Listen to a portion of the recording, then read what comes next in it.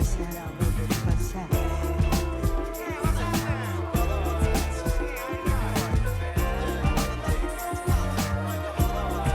get a lot of questions all the time about what products to use, what type of grout I use, what type of thin set, different products that other people with other channels push.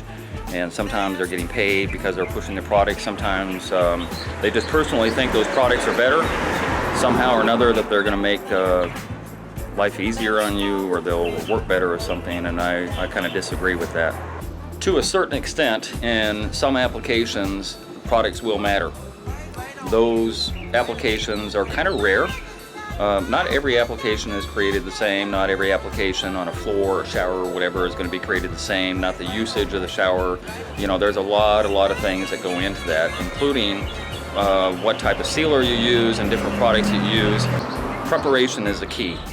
Sometimes all it requires is proper preparation and proper application of the products that you do use, rather than the products themselves. I know there's a lot of people out there that's going to disagree with me, but I'm going to bring you a case in point. There are certain times where modified or unmodified thin set matters. There are certain times where a particular grout would matter. There are times where adding an admix to a grout matters. So every little circumstance is different. Flooring versus showers versus backsplashes versus whatever application you have, things do matter to a certain extent. But to the extent that the sky is falling, to the extent that if you don't do it a certain way that you're going to suffer repercussions, is a falsehood. There are a lot of tile applications out there. In fact, I'm going to link one down below. If you look in the description box, I have a video called the 100-Year Shower. And in that video, that shower lasted 30 years. Everything in that shower was done wrong from 30 years. 1985, that shower has been around. And everything was done wrong, but yet it lasted 30 years. So the sky is definitely not falling with most applications. There's some of you out there that have followed me for many years. So what I'm going to tell you is no surprise. There's other people out there that are new subscribers that don't know this.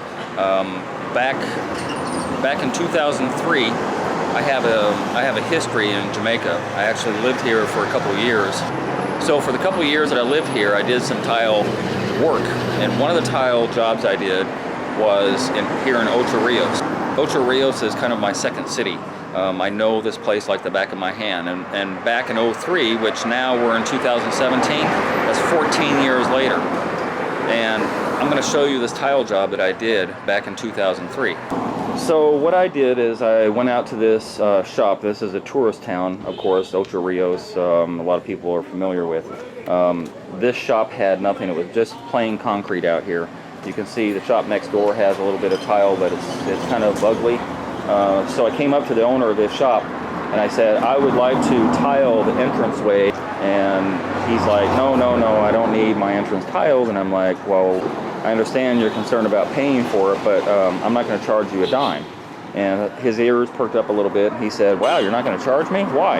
And I'm going to find some letters and numbers that are tiled. And what I want is some permanent advertising. Rather than advertising in a newspaper that goes away, I'm going to have Tile by Bob and then my phone number. And that's the only caveat, is that you're okay with my advertising on this area. I will do this whole area for free of charge. So what I did is I went out and bought the cheapest material possible. These are ceramic tiles. These little border tiles are not border tiles at all. So the borders came from normal 12 by 12, and I cut them down the size. I think they're probably 3 inches or 3 1/4, something like that. And I cut them down the size so that I could border this out. And then I did it on a diagonal just to kind of fancy it up a little bit. And of course, then I put the letters in here. And I still did little 45 cuts and stuff like that. But the thing is, again, I used the cheapest material possible. I think probably these numbers and letters cost more than all of this tile put together. So I used a plastic edging, and a lot of you are familiar with Schluter strip, and Schluter has aluminum. So the aluminum strips is not what I used. I used plastic strips. And you can see 14 years later, some of this plastic has broke off. In fact, I think that's the only place it broke off. So even the plastic lasted 14 years out here. The tile, Every single piece that I set on here is intact. Not one piece has ever fallen off. Not one piece has ever popped off. Not one piece has even cracked. None of this stuff has come up. None of the grout has come up. All the grout's intact as well. The same as I put it here back in 2003.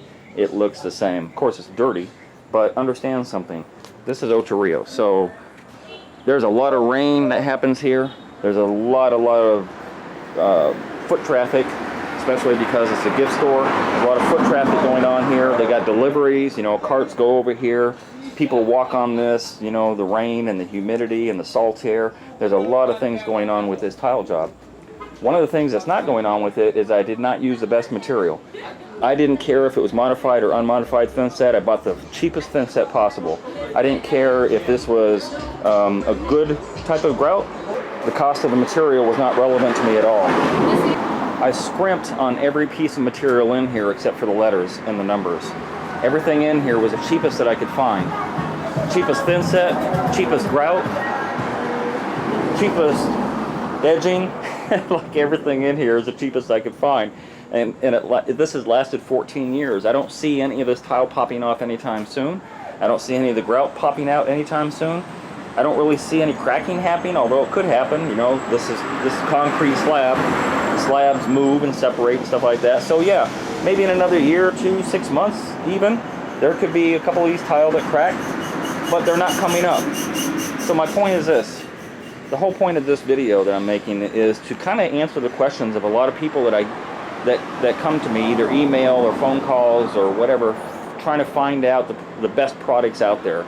You know, like, what do you use, modified or unmodified? What do you use? You know, this type of grout or that type of grout? What do you use to seal it? What do you?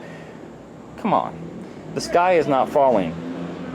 When you're doing a simple DIY tile application, don't get caught up in the products. Get caught up in the prep. Get caught up in the actual application of the products. Make sure you trowel out your thin set appropriately. Make sure you back butter your tile. Make sure that you don't add a lot of water to your grout. Make sure that, you know, a lot of these things are adhered to as far as application. But don't get caught up in the products.